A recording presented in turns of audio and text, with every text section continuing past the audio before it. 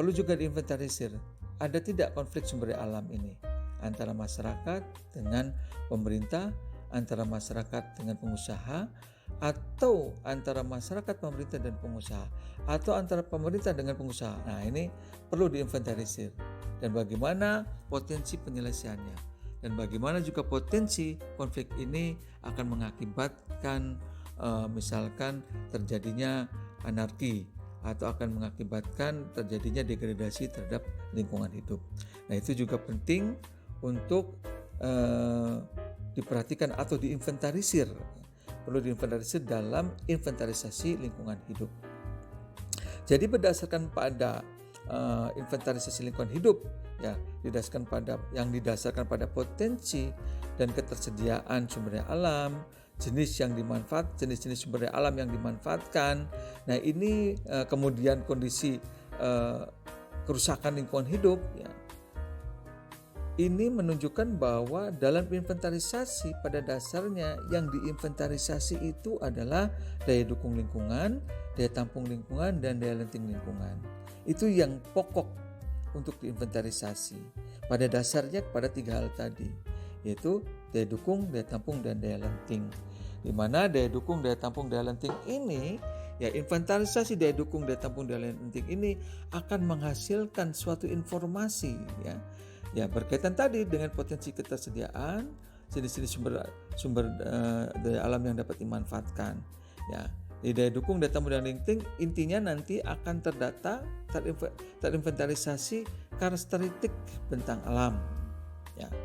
Akan terinventarisasi karakteristik bentang alam, topografinya, sistem hidrologinya, geologinya, gitu ya.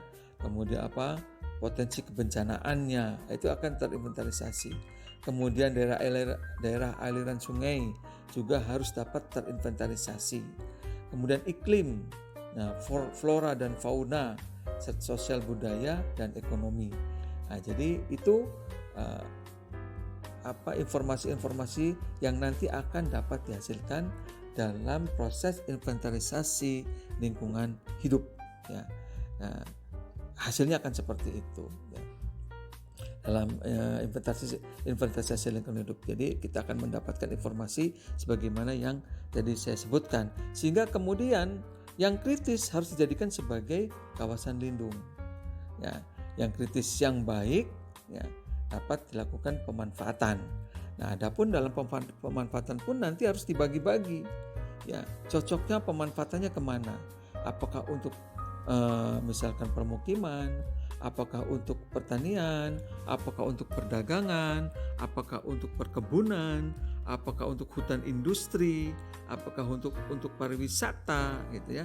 Nah, itu juga didasarkan pada inventarisasi sumber daya alam tadi, maka akan didapatkan suatu data peruntukan dari sumber daya alam tadi yang didasarkan pada daya dukung, daya tampung, daya lenting. Peruntukannya untuk apa? Jadi peruntukannya apakah harus untuk lindung? Nah, untuk yang kritis tentunya maka harus ditetapkan untuk lindung. Ya, untuk yang baik maka harus ditetapkan peruntukannya berdasarkan fungsi dan peruntukannya, maka ditetapkan apakah untuk pemukiman, pertanian, perdagangan, industri, pertambangan, ya, kemudian perkebunan, pariwisata. Nah, itu juga harus dapat diinventarisir sehingga nanti ketika pemanfaatan sudah terencana, benar-benar sudah terencana dengan baik, sudah tersistematisasi dengan baik, sehingga di mana-mananya sumber alam yang ingin dimanfaatkan sudah tertata dan terdata. Nah, ini maksud tujuan dari perencanaan lingkungan hidup yang meliputi perlindungan, perencanaan terhadap pelindungan dan pengelolaan lingkungan hidup yang akan menjadi pedoman di dalam pemanfaatan lingkungan hidup, ya. Kemudian dalam perencanaan juga harus dilakukan penetapan wilayah ekologi tadinya. Penetapan wilayah ekologi yaitu wilayah ekologi ekoregion, yaitu menurut saya wilayah ekologi adalah wilayah ekologi yang berdasarkan pada unsur-unsur lingkungan, maka dapat dilakukan atau dapat mengerucut pada suatu wilayah ekoregion, gitu. Ekoregion itu maksudnya, ya.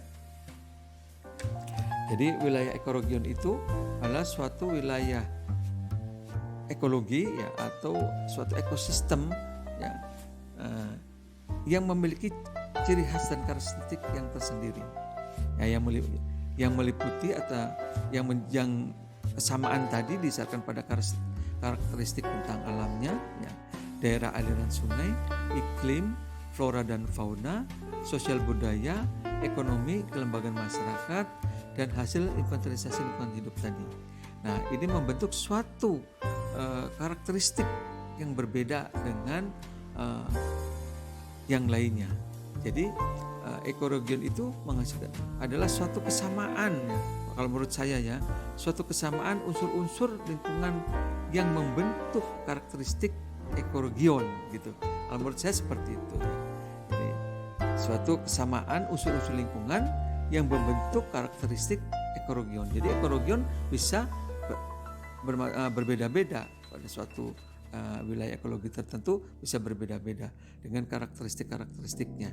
Namun didasarkan pada tadi ya, bentang alam, daerah aliran sungai, das, iklim, flora dan fauna, sosial budaya, ekonomi, dan kelembagaan kemasyarakatan.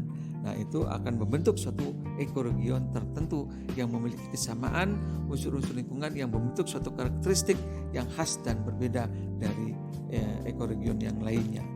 Yaitu. Kemudian dalam perencanaan juga perlu ditetapkan rencana pelindungan dan pengelolaan lingkungan hidup.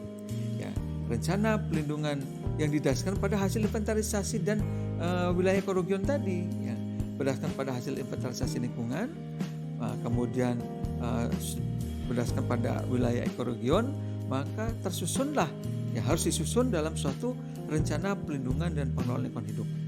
Ya, rencana pelindungan dan pengelolaan lingkungan hidup itu terdiri dari rencana pelindungan dan pengelolaan hidup nasional, provinsi, dan kabupaten kota, di mana rencana pelindungan dan pengelolaan hidup tadi itu menjadi dasar dalam penyusunan rencana pembangunan jangka menengah maupun rencana pembangunan jangka panjang.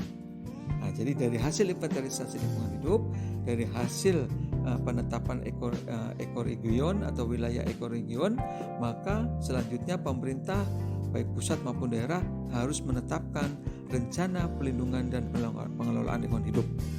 Ya, di mana rencana pelindungan dan pengelolaan lingkungan hidup itu terdiri dari rencana pelindungan pengelolaan lingkungan hidup wilayah nasional, provinsi, dan kabupaten kota, dan harus dijadikan sebagai dasar dalam penyusunan rencana pembangunan jangka menengah dan rencana pembangunan jangka panjang.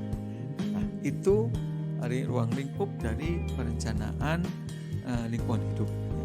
Jadi bagaimana yang tadi saya sampaikan, apabila ini tersusun dengan baik, maka pemanfaatannya itu akan sangat terencana dan tersistematis, sehingga tujuan untuk tercapainya pertumbuhan ekonomi nasional di dalam pengelolaan dan perlindungan lingkungan hidup itu, dan tujuan untuk pemerataan kesejahteraan serta kelestarian lingkungan akan tercapai apabila perencanaan telah berhasil melakukan hal-hal sebagaimana yang tadi dijelaskan. Demikian penjelasan saya untuk materi perencanaan dan pemanfaatan lingkungan hidup. Assalamualaikum warahmatullahi wabarakatuh.